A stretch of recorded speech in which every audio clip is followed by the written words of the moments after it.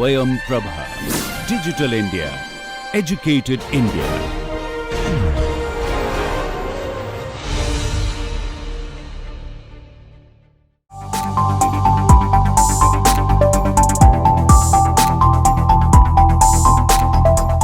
So, in the last lecture, I showed this particular diagram where delta P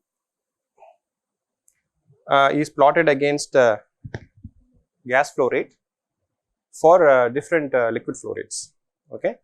So, the outcome of this picture is that it gives a kind of a qualitative dependence of a pressure drop in a packed column when we manipulate the flow rates of gas and liquid. Okay. So, the pressure drop increases when you increase either the gas flow rate or the liquid flow rate. And then we also talked about what happens when the flow rates are very high. Okay. So, when the flow rates gets very high, we have that problem of flooding, and where the entire column is filled with liquid and the gas will bubble through it and the column becomes unstable. So, that is the flooding line here. And a safe operating zone is the zone that is kind of hatched here. Okay. So, this zone is the safe operating place for the packet bed. Okay. So, generally this kind of plots are very useful if you want to calculate delta P for a given gas flow rate, liquid flow rate and diameter of the column.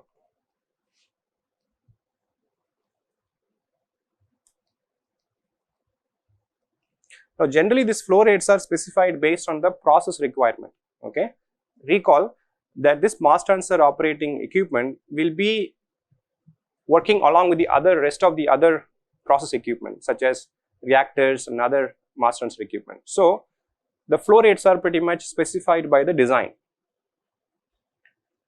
Now, for those specified flow rates and the diameter of the column D, you can use these plots to calculate the pressure drop. Okay. Let us say the pressure drop that you get happens to be somewhere here along this line. Okay. Then we know that this is not an operating possibility. So, what we do? We try to change the column diameter so that we can bring the delta P down. We know that because from Ergun equation for a dry packing, that is flow of a single fluid through a packet bed, I showed that the delta P is proportional to the mass velocity squared, or in other words proportional to 1 over a square or 1 over d power 4. So, I can control the pressure drop by choosing a column with a larger diameter. Okay. So, I kind of increase the diameter, and then maybe I may come to another pressure drop level somewhere here, still not good enough. Again I keep decreasing this, I keep increasing this diameter of the column. So, this becomes more like an iterative process.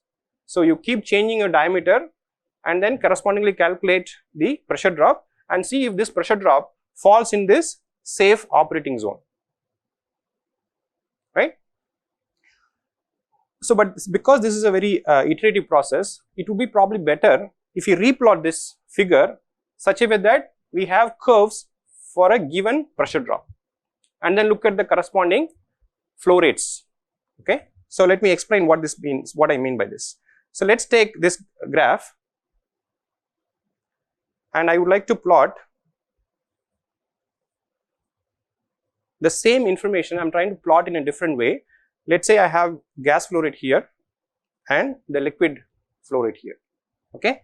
So, what I will do, I will try to choose a pressure at this point. So, along this line the pressure drop is constant. Okay.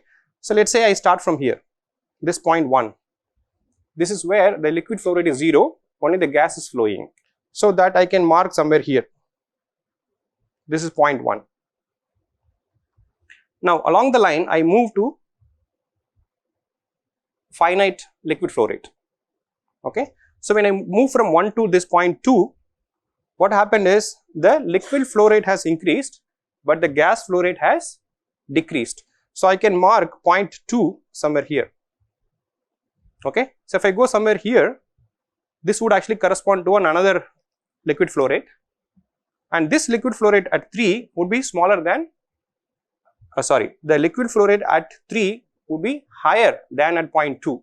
So I may have to plot somewhere here. Okay. So at point 3, the gas flow rate has decreased, but the liquid flow rate has increased. So I can actually collect many such points, and then I can draw this. This need not be a line, but this will be a curve. This corresponds to a particular delta P1. Same information, but plotted differently. Why this is useful? Because now if I am interested in this particular pressure drop, I have a range of gas flow rates and liquid flow rates I can choose from, so that the delta P will be constant along this line.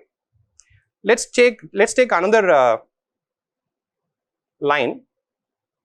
So I want to do the same thing for another pressure. So this is delta P2. Okay. So again I start from this point here. So compared to this point 1, this point, let me call this point as 1 prime. 1 prime is also in the dry packing, but clearly point 1 prime is actually above point 1 in the gas flow rate. So I should be locating 1 prime somewhere here. Again, liquid flow rate is 0, only gas is flowing. So this point 1 prime will be above 1, meaning pressure drop is more. Okay. Clearly this delta P2 is more than delta P1. So this is for delta P1. And then I choose another point somewhere here. So that would be here, 2 prime. And then I keep doing this over and over. So I can collect many such points, and then I make another line. So this is for delta P2, and maybe in another line that will be for delta P3, and so on.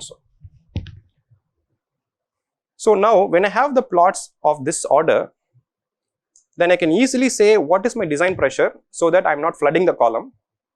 I may say choose a pressure drop corresponding to flooding, or maybe 50% of the flooding pressure, or maybe 80% of the flooding pressure drop. So I can choose a particular line corresponding to that particular design or target pressure drop, and then I can choose different possible combinations of L and G. Okay. So this is not iterative anymore now, because I can in one go I can set the pressure drop requirement, I can calculate the desired gas and liquid flow rates or flow velocities. Okay. And this has become very useful in that sense. So what I'm going to show now is, even though this is what we want, but the plots need not be always in this very simple form, L versus G. It will be some combination of L and G. Okay. So let me show you that. So this is for structured packing, this is for random packing.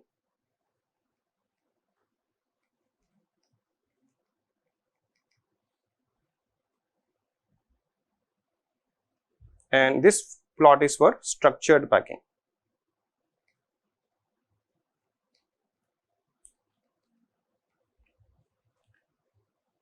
So you can clearly see, suppose if you look at this particular figure, you can see this y-axis is not G, but it is some factor called capacity factor. I am going to define this what it is. On the x-axis, it is not just L, but it is some ratios of the flow rates of liquid to gas. Okay. And if you look at these curves, each of these curves corresponds to different pressure drop, and the pressure drops are given in slightly different units. It's given in English units. Okay. And now subsequently what I'm going to do is, I'm going to discuss how to define capacity factor and the corresponding unit systems for each of these given pressure drops. Okay. So the x-axis or the abscissa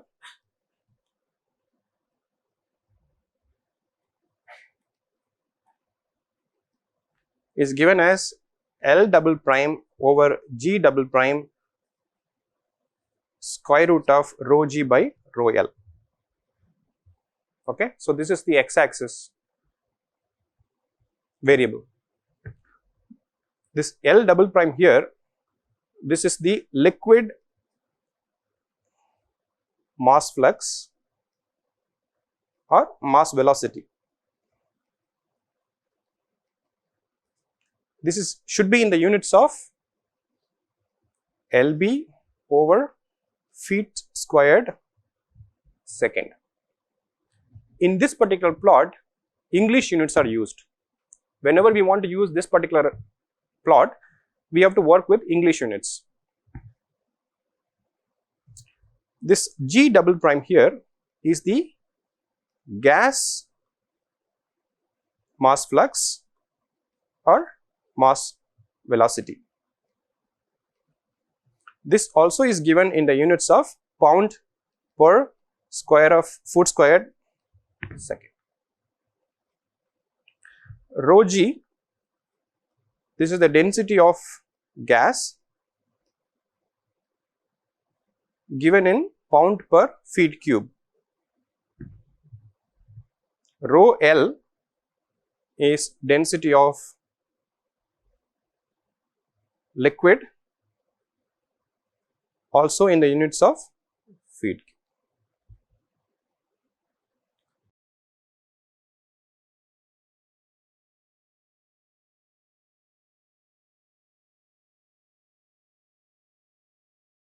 So this group of term is non-dimensional. Yeah, you can use it. Like I said, these plots are actually made in English units. So if you want to, so what you need to do, you basically have to multiply by a conversion factor if you want to use in SI units. That's all. Okay. So these plots are made long time ago. Okay, and this is what industries also use. And like I said in the beginning, you should be adept with changing of units. Okay, between SI to English and vice versa. Okay, so this is one example where, as far as this particular plot is concerned, whenever you want to use this particular plot, you need to use English units. Okay, now let's look at the ordinate or the y-axis.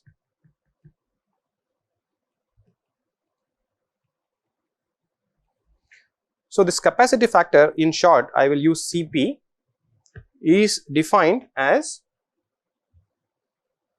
G double prime F to the power 0.5 nu to the power 0.05 divided by square root of rho g into rho L minus rho g. Okay, this definition is for random packing.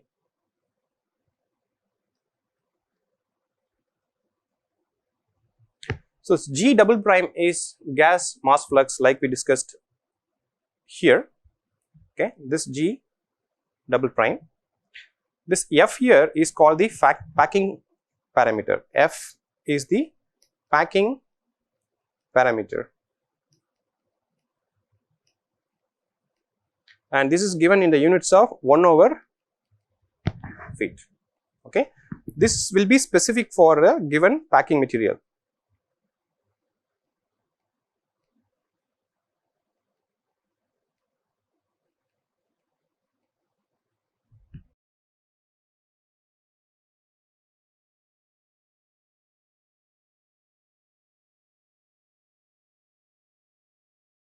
So if you look at this particular table, this gives the F parameter values for different kinds of packing material: ratching ring based on ceramic, metal, burl saddles, pal rings, interlac saddles, high pack rings, so and so. Okay, so on the left hand side you have different kinds of packing material, and then these packing material can come in different sizes. Okay, here the sizes are given in inches, again English units.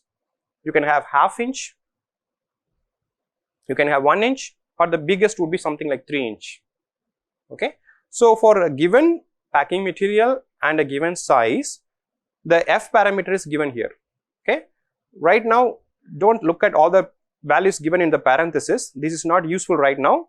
Look at only the values given in the non-parenthetic information. Okay, for example, if you want to use a ratching ring of 1 inch, you will see this F parameter. F is 179 1 over foot. Let's say if you want to use interlock saddles of 2 inch, and you would read this value to be 40. Okay. So this F, packing parameter F, depends on the packing material and its size, and that's something you get it from this kind of plot or tables. Okay. So going back to the definition of capacity factor, G double prime is the gas mass flux, F is the packing parameter dependent on the packing material and size, and nu here is the kinematic viscosity.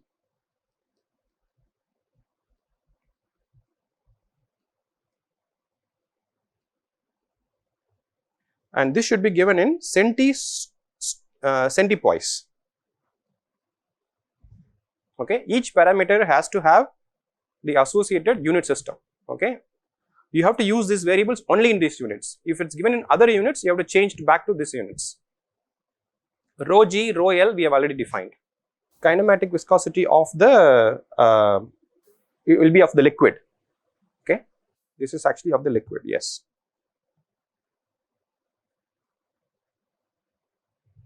Okay. Now another thing we have to be careful about this is this pressure drop is given in the units of pressure drop per unit length of packing. Okay, this is not the total pressure drop, this is pressure drop per unit length. Why it is given per unit length is because then the dependence on the packing height or packing length is not relevant anymore. Okay, because it is per foot of packing, so that the total length of the packing is not important. Okay, so thereby we are actually reducing 1 degree of freedom here.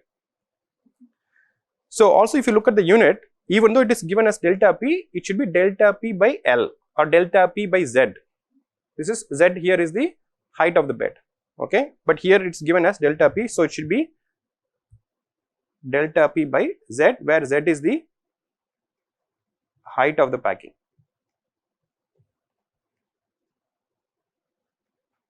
So what I mean by height of the packing is, if I go back here in this packing, so this entire packing height is a total packing. Okay, the total pressure drop is measured and then divided by the length of this height of this packing, that is the per delta P for 1 foot of packing. Okay, so that is, so if you look at the unit system for delta P by Z, this is actually given in the units of inches of H2O over 1 feet of packing. Again, when you look at pressure measurement, we use pascals, we use atmosphere, we use bars. Okay, these are the unit system. But sometimes we also say in terms of mmHg. Okay, or mm water. Okay, depending upon the working fluid. So here it is used in terms of inches of H2O. Okay, so and if you see this, each of these constant pressure drop lines are in this unit, inches of H2O per unit foot of packing, and you can see it starts from 1.5, 1 and so on so. Okay, and experimental observations actually suggest that whenever this delta P by Z is 1 inch of water per feet, that's where flooding happens. Okay, so the flooding pressure drop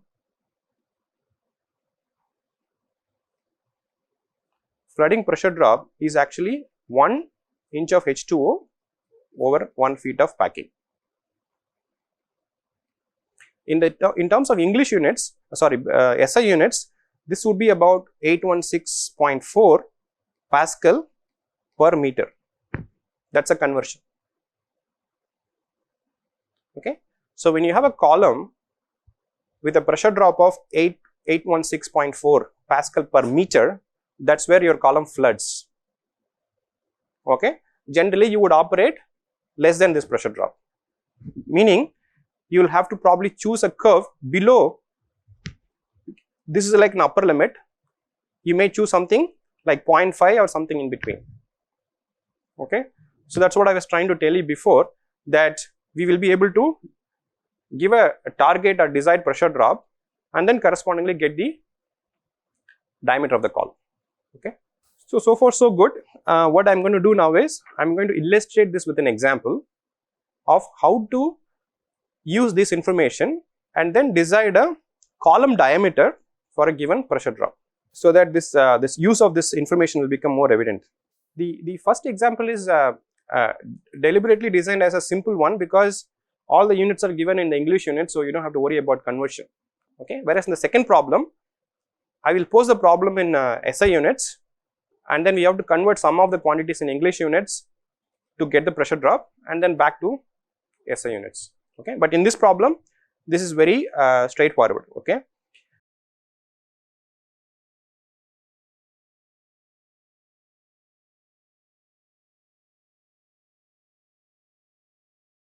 You can see that this is basically about estimating the tower cross section. So whenever we want to do tower cross section or tower diameter,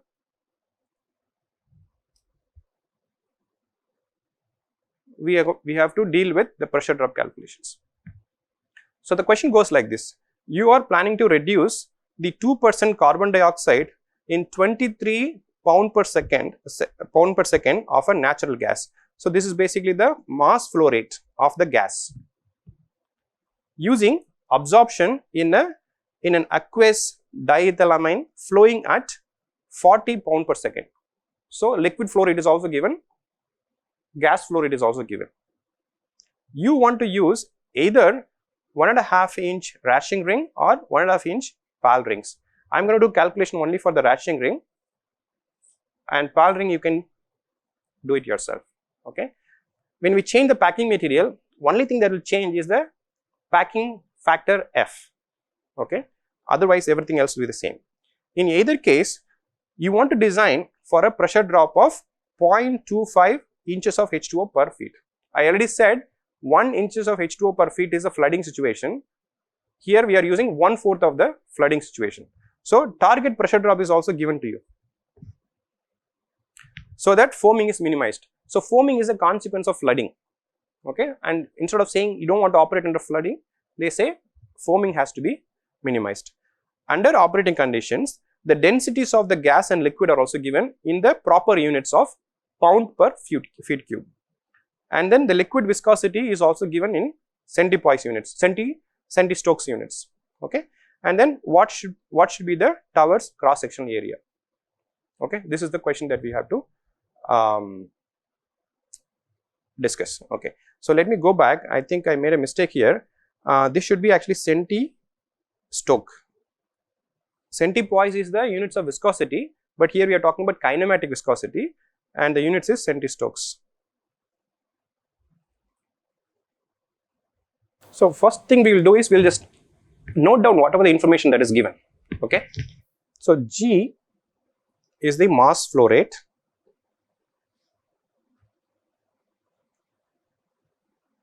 and this is given as 23 pound per second, and L is the liquid flow rate,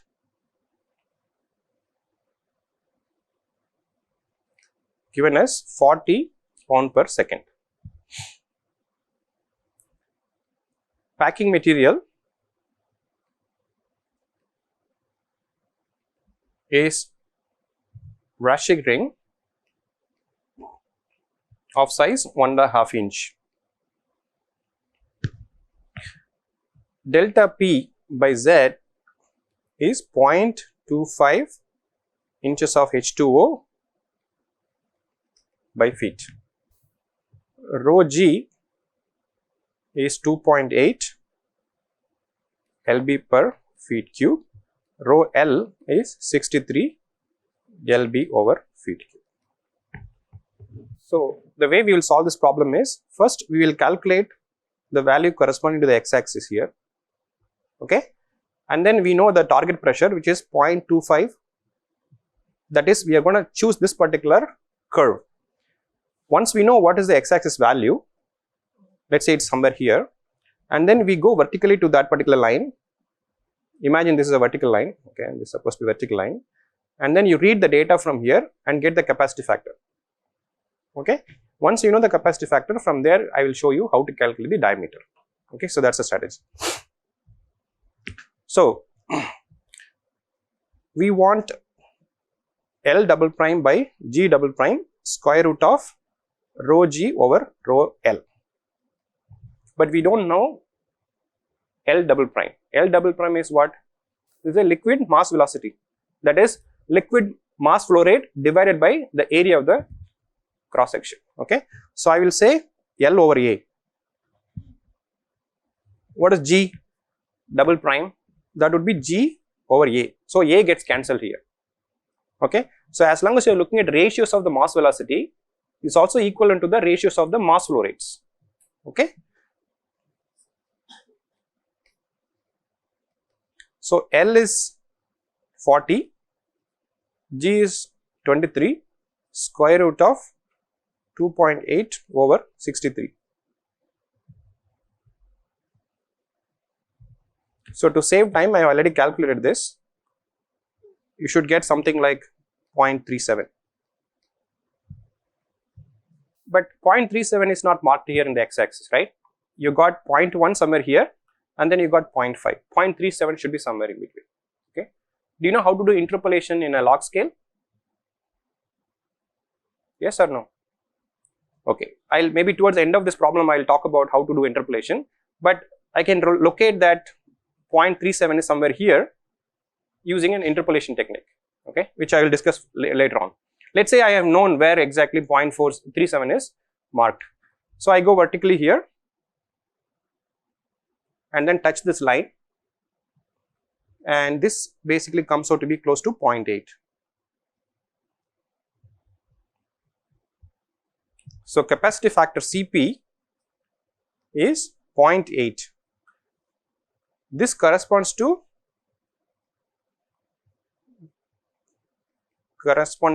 delta P by Z of 0.25 inches of H2O over feet and value of 0.37. Okay. So using these two information, I have found the capacity factor is 0.8. Okay. So now we know the definition of capacity factor. So this capacity factor Cp is defined as G double prime F power 0.5 nu to the power 0.05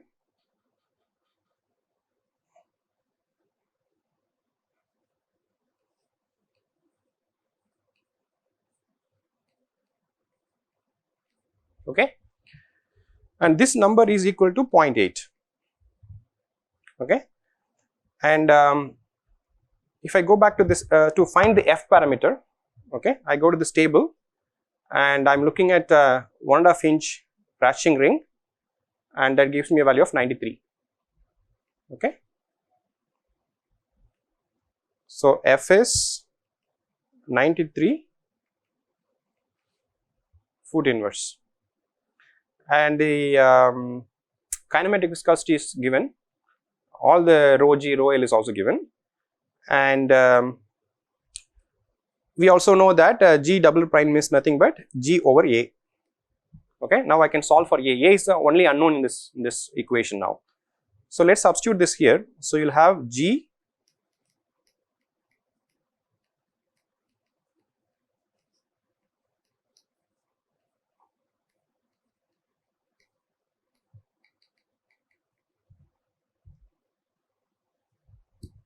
so A will be equal to G times F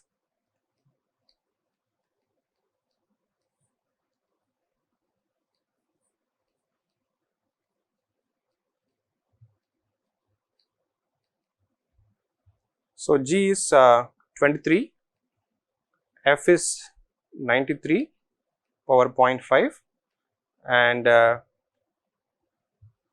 kinematic viscosity is 2.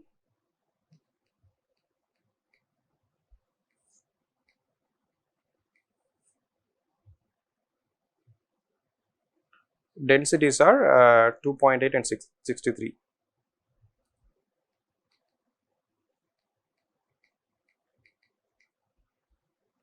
And if you solve this, you will get an area of 22.1 feet squared. and then you equate this to the area, cross-sectional area of the column.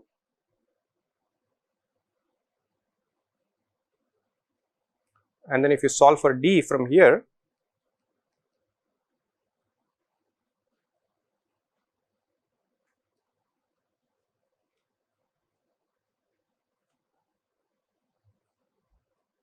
you get something like 5.3 feet.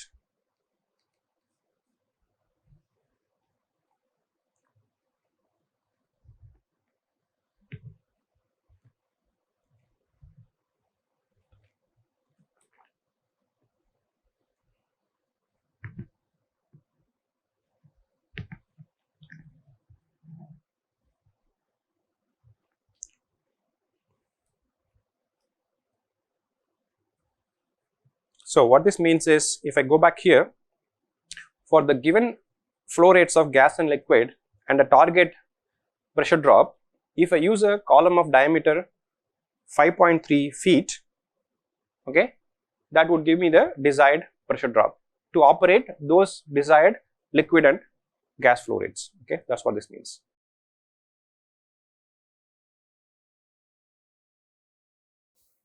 Now, if you were to do this problem for the another packing material, which is called the Paul rings, for the same size, you would have something like 40, right? Instead of 93 we used before, you would have 40, okay, and that would actually change the diameter little bit, okay. But later on I will show you that even though in the pressure drop calculation this material do not make such a big difference in the diameter, but they do affect the mass transfer rates, okay. We have not dealt with mass transfer yet. We are still talking about hydrodynamics or fluid mechanics of the packing and the flow. When it comes to mass transfer, these packing material, because they have a different interfacial area, the mass transfer rates affected by these can be very different. So it has to be hand in hand, that on one hand you have to look at pressure drop calculation and then measure your pressure drops, decide the column diameter and packing material. On the other hand, when you do mass transfer, you have to choose the right packing material to increase the mass transfer rates, okay. So you have to go handle both fluid mechanics problem as well as the mass transfer problem. Mass transfer problem we have not dealt with yet, okay. We are still looking at fluid mechanics. Okay, so now in many problems, you know, when you have this kind of a logarithmic scale and you will not get the actual data point that you want to be marked, so you have to know how to do interpolation to get the data, okay. So in this case I already showed 0.37 lies somewhere here, and then from there I mentioned it. So let me spend few minutes to say how do we do that, okay. Okay, so 0.1 is here, 0.5 is here, and then we want to locate where 0.37 lies, okay. So the way you do this is you write, so let's take 0.1 is somewhere here and 0.5 is somewhere here, and let's say this 0.37, I don't know where exactly it lies, but let's say it has to be somewhere in between, and I know it's going to be more closer to 0.5 than to 0.1, and let me say that this distance is A from this point, okay. I'm talking about now some linear distances. I've just taken that particular graph and I'm now looking at in a linear dimension what would be the length between 0.1 to 0.37. This is unknown to me right now, okay, but that's what I want to find out.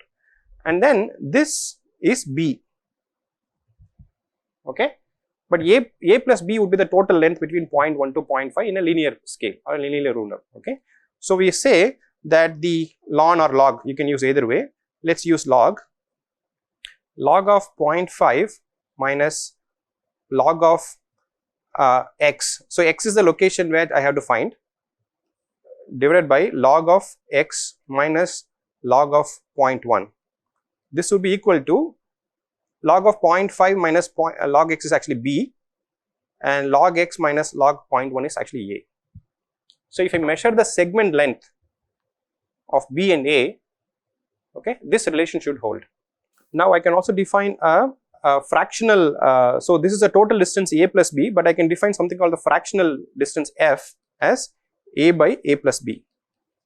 So F tells me if I have this distance, total distance between 0.1 to 0.5 is 1 unit, what fraction would this point x be in this line is what this F means here. Okay, this is basically a fractional distance from the starting point. Okay, so from here I can show B by A will be nothing but 1 by F minus 1. Okay, so these are can be easily shown. So I will substitute this here, log 0.5 minus log x by log x minus log 0.1 is equal to 1 by F minus 1. So this interpolation formula can be used to locate any point x as long as x lies between 0.1 to 0.5 in this case. Okay, so and then substitute for x as 0.37, and then if you solve for this, you will get F is equal to something like 0.81. It means that this point 0.37 will lie at a distance of 81% of the total length between 0.1 to 0.5. So what you can do here, you take a ruler and you measure the distance, a linear scale ruler, you measure the distance from 0.1 to 0.5. Okay, so when I did this, this total length was A plus B was something like 4.1 centimeter. That's a total length between A and A to B. This is arbitrary, it depends on how much I zoomed in, but that won't change, okay, because we are working with the fractional distance. So in this particular figure, I measured the distance in a linear scale between 0.1 to 0.5. That total length is 4.1 centimeter. The 0.37 will lie at a distance of 0.81 of 4.1. Okay, so this A here will be 0.81 times 4.1. This is something like 3.33 centimeter. Okay, so I take a ruler here. From here I go to 3.33 centimeter, and that's where my point is. Okay, so having located this point, now I can go to the corresponding pressure drop and then calculate. Okay, same thing you do in a linear interpolation, we are doing the logarithmic interpolation. The only difference is instead of using the variable, we are taking the logarithmic of the variable. So that's a difference. Okay, otherwise this interpolation should be something you would have done. Whatever you have done in linear interpolation, you can do the same thing for logarithmic, provided that you change the variable into logarithmic scale.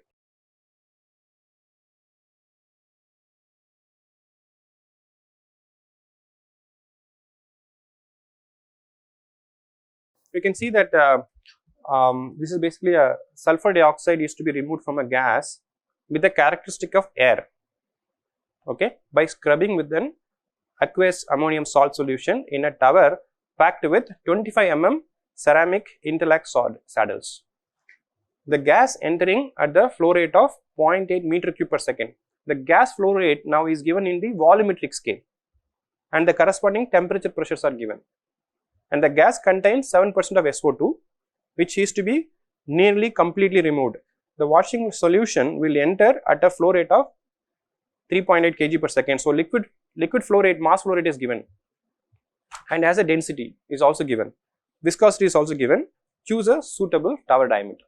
Okay, so this problem is exactly same as the previous problem, but only difference is they have not given all the units in the English units of our choice, but some are given in English units, some are given in SI units, so we have to play with it. Secondly, they did not mention about the pressure drop, target pressure drop. Okay, but as I said, we can only do it if the target pressure is mentioned. When such problems are there, you could say something like 50% of the pressure drop corresponding to flooding can be used, or maybe 80%, that's your choice. Okay, I did a problem where I used 50% of the flooding pressure, which is 0.5 inches of H2O per feet. Based on that, you can calculate. And also you can see that the density of the gas is not mentioned, but you know that the volumetric flow rate is given, temperature pressures are given. You can use the ideal gas law to get the density. Okay, and only the volumetric flow rate is given.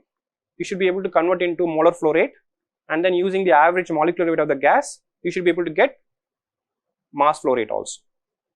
Okay, so everything that you need are here, but not directly. Okay, so I will post this problem in Moodle, try to solve it. Maybe a few days before the quiz, I will probably send you the solutions also. But I insist that you try on your own. And the example that we have done here should be directly related to that. Okay, so you can see that the packing material is also different. It's given in inches. It's given in 25 mm, but we know 25 mm is close to 1 inch. Okay, and the material is interlac sawdulls. So you go here to this table. The interlac sawdulls are here, and 1 inch is here. So you'll be looking at an F parameter of about 92. Okay, and this particular table is taken from the text book Kussler, not the Treball. Treball has a different sets of units, so I didn't use it. So this comes from Kussler. I don't have the page number, but this should be I think chapter 6, I think. Okay, I'll just double check this later.